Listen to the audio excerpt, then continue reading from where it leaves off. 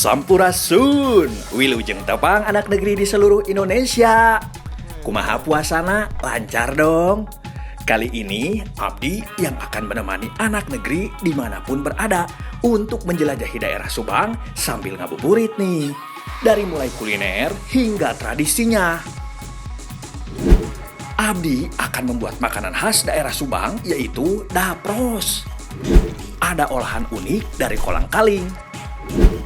Bukan hanya itu, ada tradisi yang unik menjelang puasa nih, namanya Hamin Munggahan. Penasaran?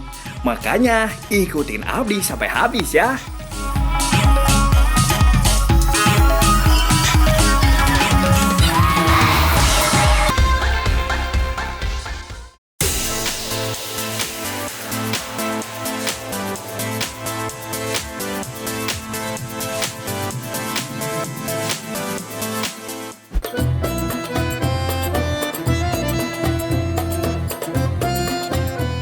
Abdi masih di Desa Cibesi, Kabupaten Subang nih.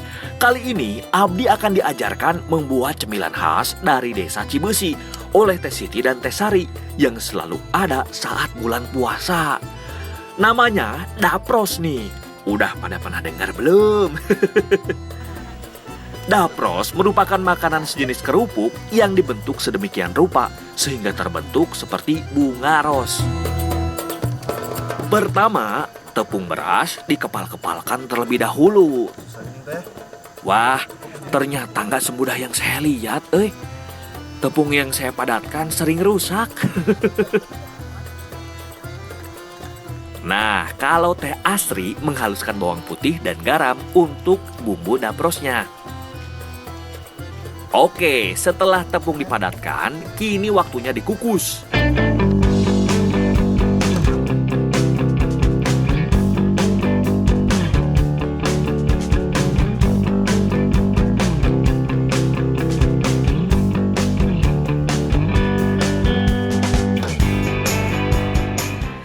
Jangan lupa nih, masukkan bumbu yang tadi telah dihaluskan. Tambahkan juga tepung sagu dan aduk hingga tercampur rata. Setelah itu, tambahkan air sedikit demi sedikit hingga adonan tepung menjadi liat. Setelah rata, adonan tepung dibagi menjadi 3 dan masing-masing diberi pewarna yang tadi saya dan Teteh buat. Tuh, jadi cantik kan warna adonan tepungnya? Setelah warna tercampur, saatnya mencetak adonan menjadi dapros. Ini nih bagian tersulit dari pembuatan dapros. Hayu Teh, contohkeun heula atuh. Oh iya, alat untuk membuat dapros jangan lupa diberi minyak ya, agar tidak lengket. Selain itu, kita membutuhkan plastik nih untuk membentuk dapros menjadi cantik. Lihat tuh, Teh Siti dan Teh Sari sudah lihai pisan membuat daprosnya. Kelihatannya mah gampang ya, padahal mah meuni hese pisan Saya saja dari tadi coba gak pernah berhasil. Aduh Teh, ini kumaha sih? Nih, coba ini Bu. Nih yang udah jago sama yang baru belajar amatir. Jauh ya? Dibutuhkan ketelatenan menggunakan jari untuk menekan adonan dan membuat bentuk dapros sangat dibutuhkan. Dan saya acungin 2 jempol lah buat Teh Siti dan Teh Sari. Wah, gak terasa nih sudah banyak juga yang kita buat. Setelah ini, adonan yang sudah berbentuk bunga dikukus kurang lebih 10 menit agar dapat tahan lama. Lalu dapros dijemur hingga kering. Wah, beruntung banget nih Teh Sari sudah punya yang keringnya. Ini mah gak perlu disuruh lagi, Abdi langsung goreng ya. Penasaran juga atuh sama rasanya. Oh iya, kalau goreng dapros harus dengan minyak panas ya, agar dapros matang dengan sempurna dan garing saat dimakan. Wih, ini cantik pisan ya. Setelah digoreng, jadi seperti bunga yang mekar, Tambah gak sabar nih mau nyicip. Wah, pas pisan, Sudah masuk maghrib nih, jadi bisa langsung nyicip daprosnya. Saat bulan puasa, dapros menjadi camilan wajib nih saat berbuka atau saat santai setelah sholat taraweh. Wih, walau cuma kerupuk, tapi rasanya teh meniraos pisan.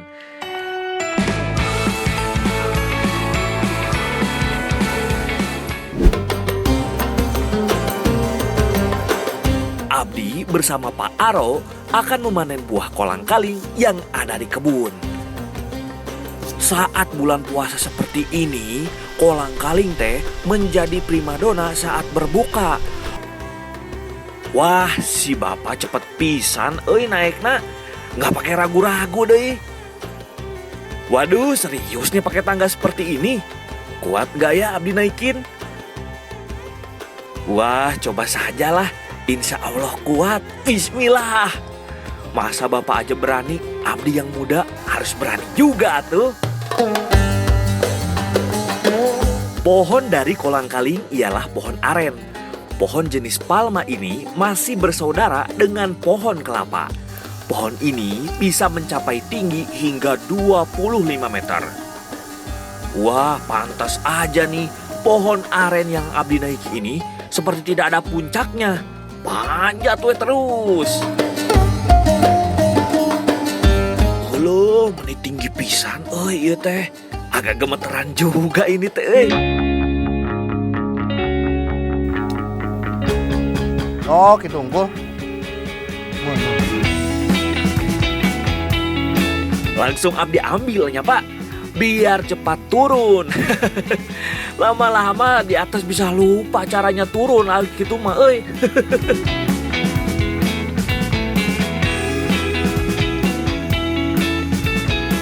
Setelah dirasa cukup, Abdi dan Pak Aro segera turun untuk mengumpulkan buah aren yang tadi saya jatuhkan.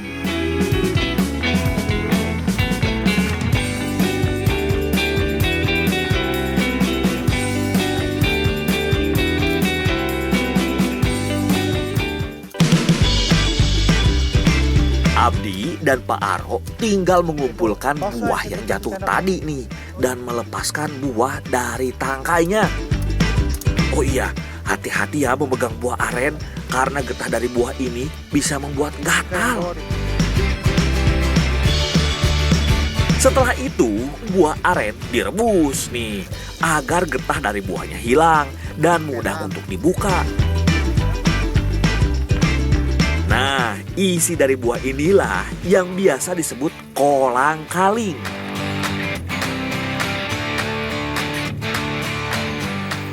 Nah, jadi proses pembuatan kolang-kaling itu kayak gini nih. Pertama kita ambil dulu dari pohonnya, kemudian direbus selama 2 jam, ketiga baru nih dibuka-buka kayak gini apa ya.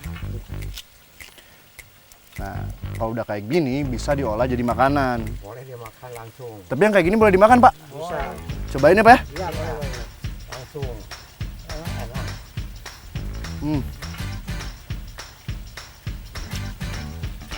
Rasanya tuh sama kayak yang biasa kita makan di makanan, cuman sudah dimakan tuh pahit ya, Pak ya? Ada pahit-pahitnya sedikit ya, Pak ya?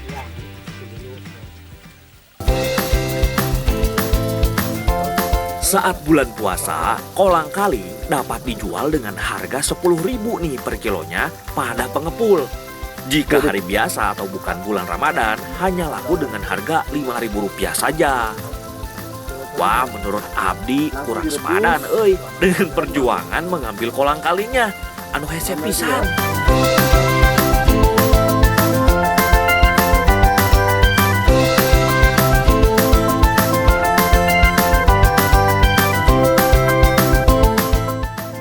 Hari ini kita akan masak makanan khas dari Indonesia yang udah terkenal banget. Kita mau masak apa, Bu? Rendang kolang-kaling. Wah, serius nih kolang-kaling dijadiin rendang? Penasaran juga nih gimana rasanya ya? Siap atuh Bu? Kalau cuma marut-memarut mah Abdi jagonya. Demi rendang kolang-kaling, Sementara Abdi marut, Bu Eli menyiapkan bumbunya nih. Tidak beda jauh dengan bumbu rendang daging. Bumbu seperti bawang merah, bawang putih, lengkuas, kunyit, serai, serta cabai masuk ke dalam cobek untuk dihaluskan.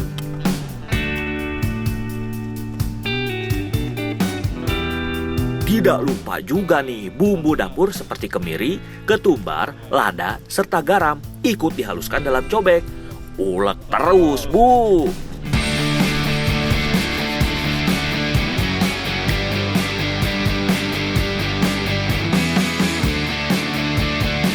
Panaskan minyak dalam wajan, lalu tumis bawang merah yang telah diiris hingga harum.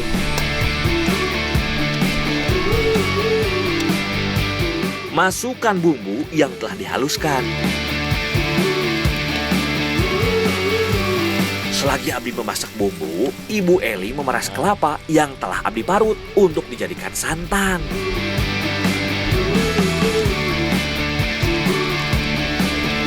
Setelah wangi, masukkan bahan utama kolang-kaling ke dalam penggorengan. Setelah bumbu tercampur rata, masukkan santan ke dalam wajan. Wah, ternyata masakannya harum pisan, euy. Biarkan hingga bumbu menyerap ke dalam kolang-kaling sambil sesekali diaduk, biar nggak gosong, kata Bu Eli. Kolang-kaling yang identik pada bulan puasa memang memiliki banyak menu makanan, dari mulai manisan hingga kolak. Tapi kali ini dijadikan rendang nih. Setelah meresap, masukkan gula merah nih, biar tambah gurih rendang kolang-kalingnya. Terakhir, masukkan kecap nih, biar rasanya makin jos lah. Berbeda dengan rendang daging, rendang kolang-kaling tidak perlu waktu lama nih untuk membuatnya matang saat dimasak. Akhirnya rendang kolang-kaling matang dan siap dinikmati.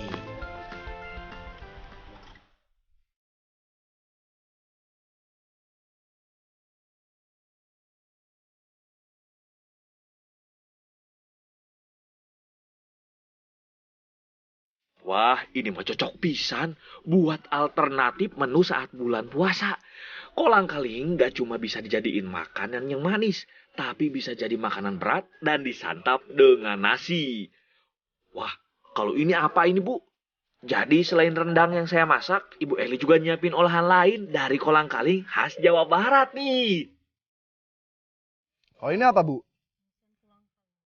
Nah, ini ada lagi nih olahan kolang-kaling yang pastinya beda banget dengan kolang-kaling rendang ini. Cobain deh, Bu ya.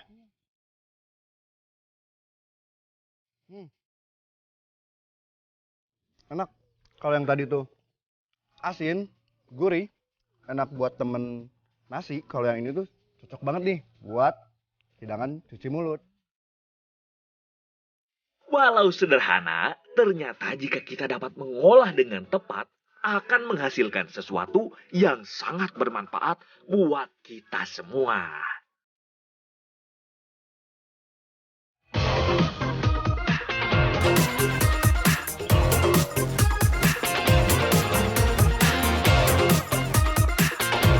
Nah, hari ini saya bersama Ibu Lilis dan Ibu Yuyu akan membuat masakan besar nih untuk acara Hamin Munggahan. Kita hari ini mau masak apa aja, Bu? Masaknya hari ini sangur rasul sama micak manik dan ayam bakar. Ya udah deh, langsung. Saya ngapain nih, Bu? Jika sekarang ditusuk aja ayamnya, dibikin bakakak, Oke. langsung dibakar. Oke, saya bantu ya, Bu ya.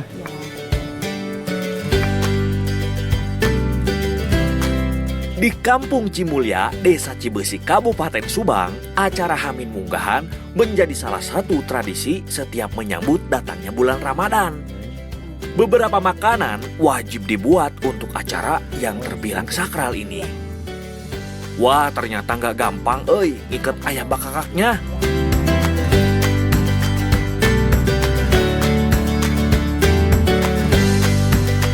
Bu, bantu ikat ya. Ternyata ikat ayamnya nggak asal ikat, Ada teknik khususnya biar ayam dapat matang merata saat dibakar. Bumbu bakaran yang terdiri dari bawang putih, kunyit, dan garam sudah selesai dihaluskan nih sama teh yuyu.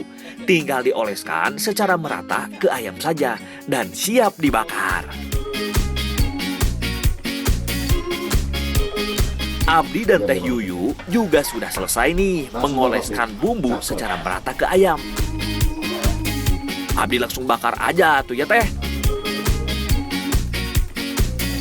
Kipas terus.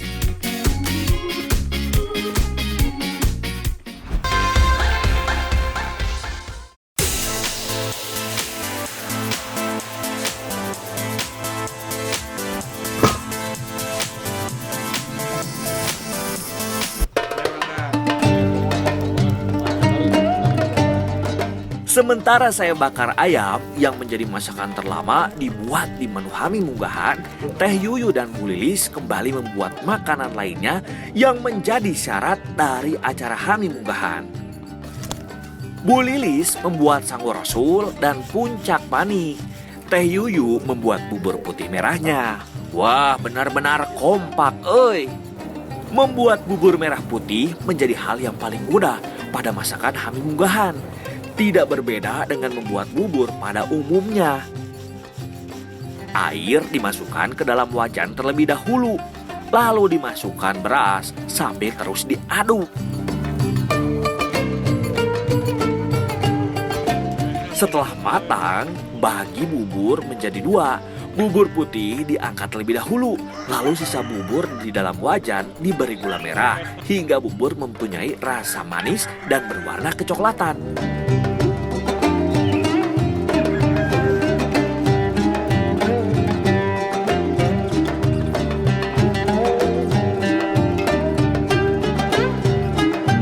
Sementara mendiamkan sango rasul dan puncak manik, Bu Lilis langsung mengerjakan syarat lainnya nih, membuat rujak.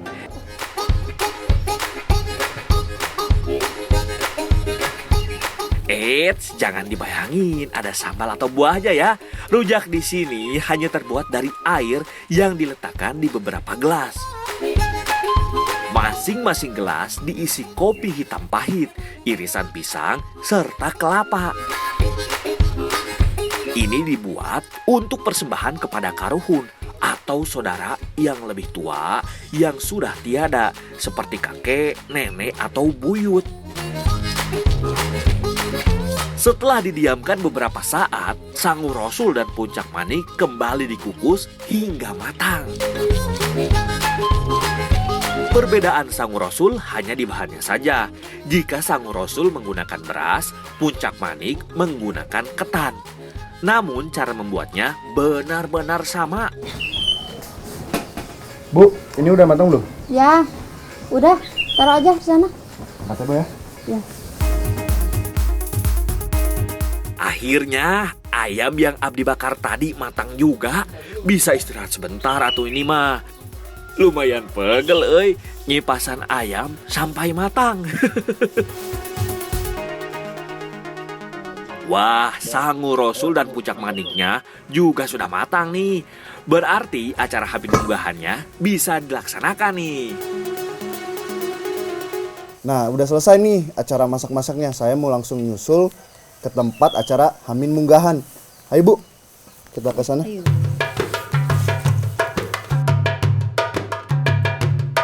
Acara Hami Munggahan di Desa Cibesi Subang biasanya hanya dihadiri oleh kaum pria saja.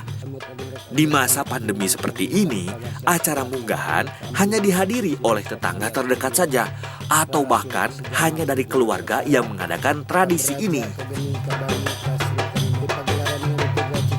Tujuan acara ini agar kita diberikan keselamatan serta mensucikan diri sebelum memulai ibadah puasa. Tradisi ini juga untuk mengingat kepada karuhun atau para orang tua terdahulu kita dan mendoakannya.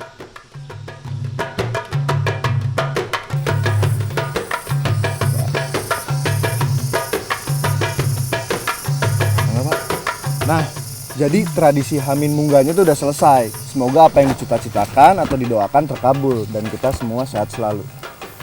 Ayo Pak, dimakan. Setelah doa selesai, Abdi dan yang lainnya langsung menikmati makanan yang disediakan. Semoga apa yang dicita-citakan terkabul dan ibadah puasanya lancar dan diterima hingga akhir. Amin.